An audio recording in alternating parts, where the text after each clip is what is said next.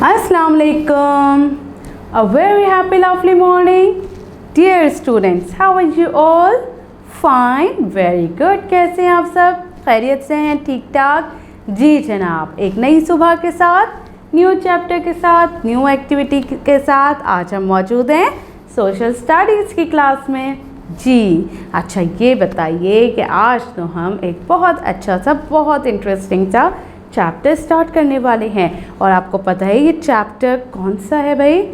एक ऐसे लीडर के बारे में ये चैप्टर है जिन्होंने मुसलमानों के अंदर आज़ादी का जज्बा बेदार किया था। उनको ये रियलाइज़ करवाना चाहा कि मुसलमानों के लिए आज़ाद वतन बहुत ज़रूरी है, क्योंकि हिंदू जो होते हैं वो बहुत ज़्यादा अपने जो मुसलमानों को आज़ादी नहीं देते कि वो अपनी मज़हब की जो रसूमात हैं वो पूरी तरीके से अदा कर सकें। इवन अभी आप जो देखेंगे, आप इंडिया के हालात देख लीजिए, वहाँ भी मुसलमानों को कितना परेशान किया जाता है। इवन नमाज पढ़ने के लिए भी उन पर कितना जुल्म और तशद्दुद किया जाता है। इसी वजह से सर सैयद अहमद ख़ान ने रियलाइज़ किया कि मुसलमानों को भी जीने का पूरा हक़ है और उनके लिए ज़रूरी है कि एक ऐसी मुमलिकत हो जो कि ला इलाहा इल्लल्लाह की बुनियाद पर बने और उसमें तमाम मुसलमान आज़ादी के साथ अपने तमाम नमाज़ें भी अदा कर सकें, अपने त्यौहार मना सकें और खुश रह सकें। ठीक है, यही जज्बा लेकर उन्होंने शायरी स्टार्ट की और फिर लोगों को डिफरेंट लैंग्वेजेस में शायरी करते थे। जिस तरीके से पहले के लोग पर्शियन लैंग्वेज बहुत ज़्यादा यूज़ करते थे, यानी कि फ़ारसी ज़बान में ज़्यादातर शायरी भी करते थे और जो भी उनकी बातचीत होती थी पर्शियन लैंग्वेजेस ज़्यादा यूज़ की जाती थी।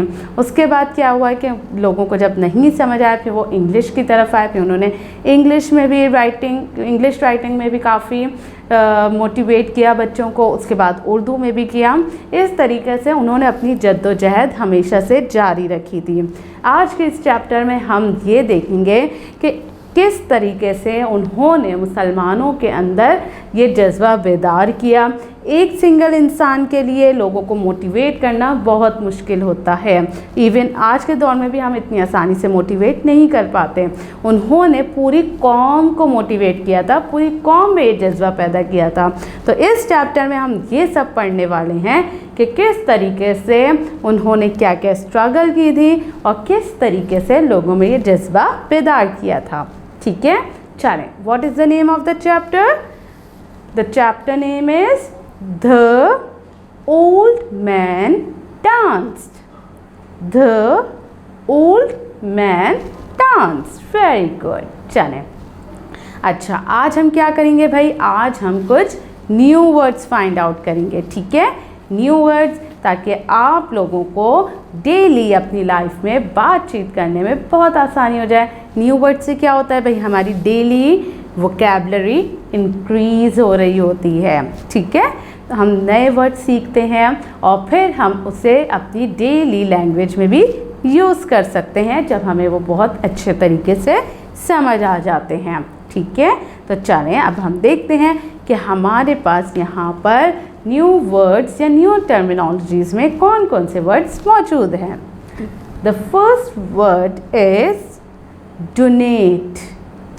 डोनेट, डोनेट, डोनेट का क्या मतलब होता है? यानी कि किसी को कुछ देना।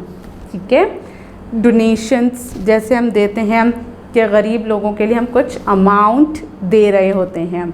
ठीक है, हम इन्हें क्या कहते हैं? डोनेशंस। इसी तरीके से किसी को कुछ देना क्या कहलाता है? डोनेट।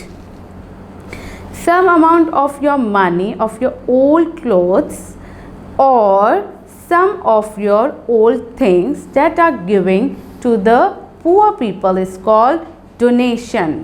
यानी कि थोड़ी सी एक लिटिल अमाउंट में या तो आप किसी अमाउंट की सूरत में आप मदद करें, किसी को अपने क्लोथ्स से क्या आप मदद करें, किसी को अपनी बुक्स दे दें। ये एक छोटी सी जो मदद होती है किसी भी गरीब लोगों के लिए, हम उन्हें क्या कहते हैं? डोनेशन।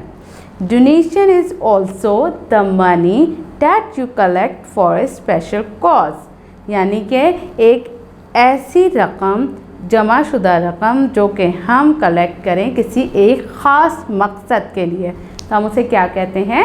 डोनेशन। ठीक है, एक माकूल सी कोई रकम किसी मकसद के लिए जमा करना। Okay, the next word is गोल।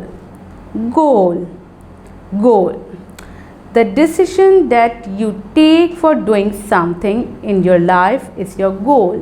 यानी कि कोई एक फ़ैसला जो आप अपने लाइफ में लेते हैं कुछ करने के लिए। ठीक है, जैसे आप अपने एम्बिशन का फ़ैसला ले रहे होते हैं।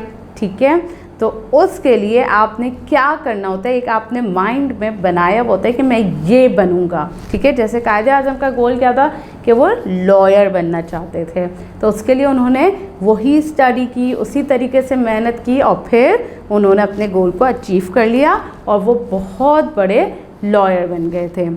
You set small goals every day, like you decide to complete a task for a few tasks that day।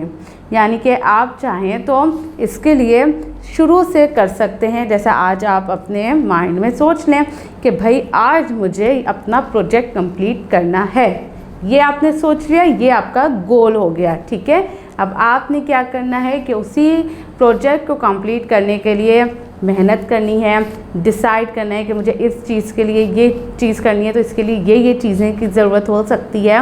इस तरीके से सारी चीज़ों को जमा करके फिर आप अपने टाइम पीरियड में उस चीज़ को कंप्लीट करना या उसको अचीव कर लेना, ये क्या कहलाता है? गोल कहलाता है। ठीक है प्यारे बच्चों, ये जो हैं ये न्यू वर्ड्स हैं जो हमने अपने चैप्टर में पढ़े हैं। अब आपने क्या करना है, इन वर्ड्स को अपनी कॉपीज़ में नोट डाउन कर लीजिए। ठीक है, और क्या करेंगे भाई, आप अपनी टीचर के साथ इन वर्ड्स को डिस्कस करेंगे। ठीक है प्यारे बच्चों, अपना बहुत ज़्यादा ख्याल रखिएगा। Have a nice day. अल्लाह हाफिज़।